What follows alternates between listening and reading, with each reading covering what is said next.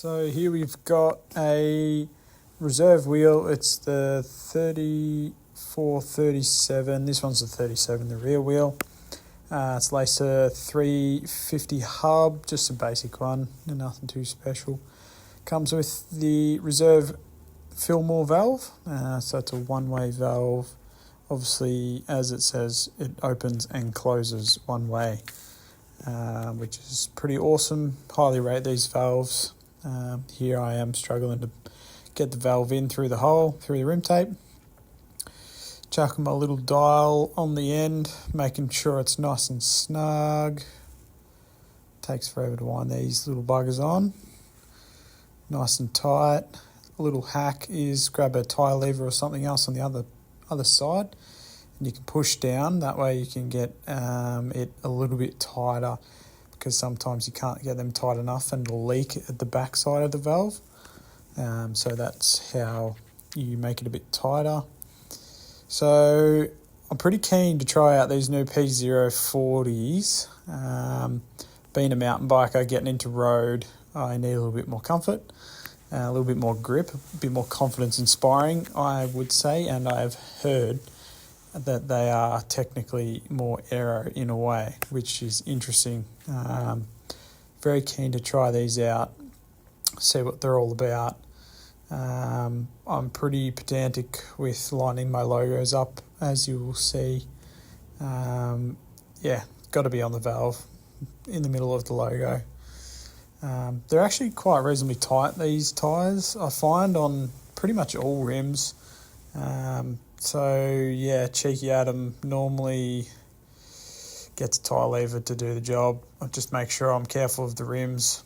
Try not to scratch these rims, because being a matte rim, they do scuff quite easily, as most people would find out. Cool, one side on. Here I am just checking the lineup of the valve with the logo, and of course it's off by a tiny bit, and I can't deal with that because it has to be perfectly in line. You can move it by trying to pinch it and move it around the rim, as I'm doing it here, as you'll see. Sometimes that'll move the tyre around. I think I got a little bit out of it to try to line it up a bit more. Let's see, did I get it?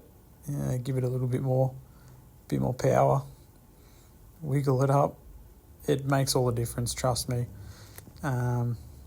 Gets the extra watts, because it's cool. Cool, happy with that. Now chuck the other side on.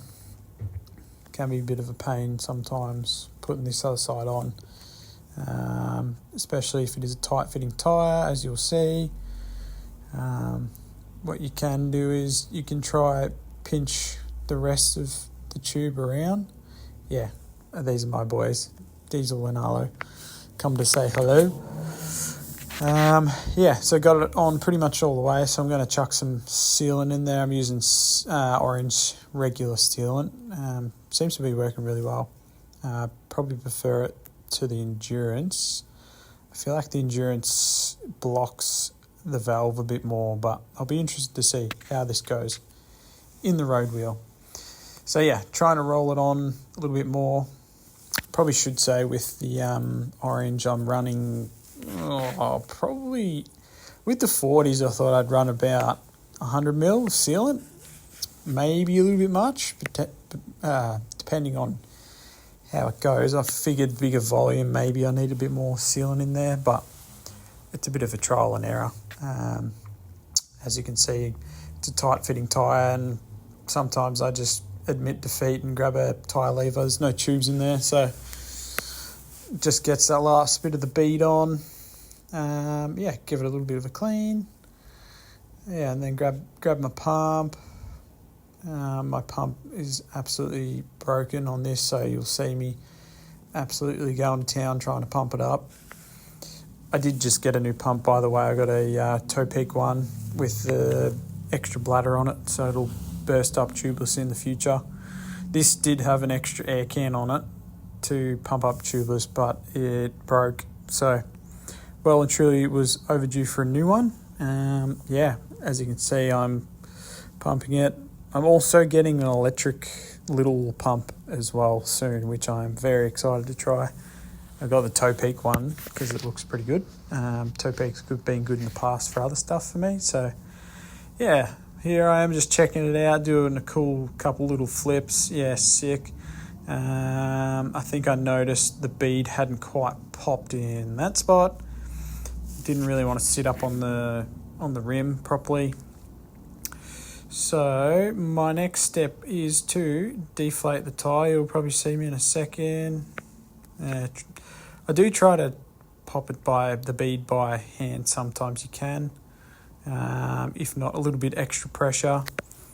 Generally speaking, wouldn't go anywhere higher than 70 psi on this tubeless setup. Otherwise, you risk blowing the tyre off the rim, and yeah, that can also deafen you, as I've found out once or twice. You can give it a tap every now and then to try to get the bead to pop. Yeah, sometimes it works. Most of the time it doesn't, because half the time you've got to deflate it. Yeah, I'll probably show you the trick in a minute. We'll see. Here we go. Yep. So I've deflated the tyre, spray a little bit of brake cleaner in there. It's just to lube the bead so that when you pump it up, it slips up a bit easier. Gives it a bit of lubrication to slip up onto the bead rather than being stuck in the middle of the rim, so that it actually beads properly. Let's see. Here we go. Pump it up. You've got to pump it up. Bang, bang, bang. Hopefully that's done the money.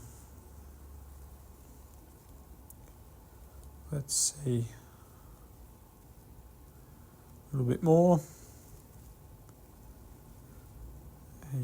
Beauty. Lot better. Schmicko. Yeah. Pretty keen to give these a try. I'm building up a gravel wheel pretty soon, so keep an eye out on the YouTube channel and Instagram. For updates. Cheers.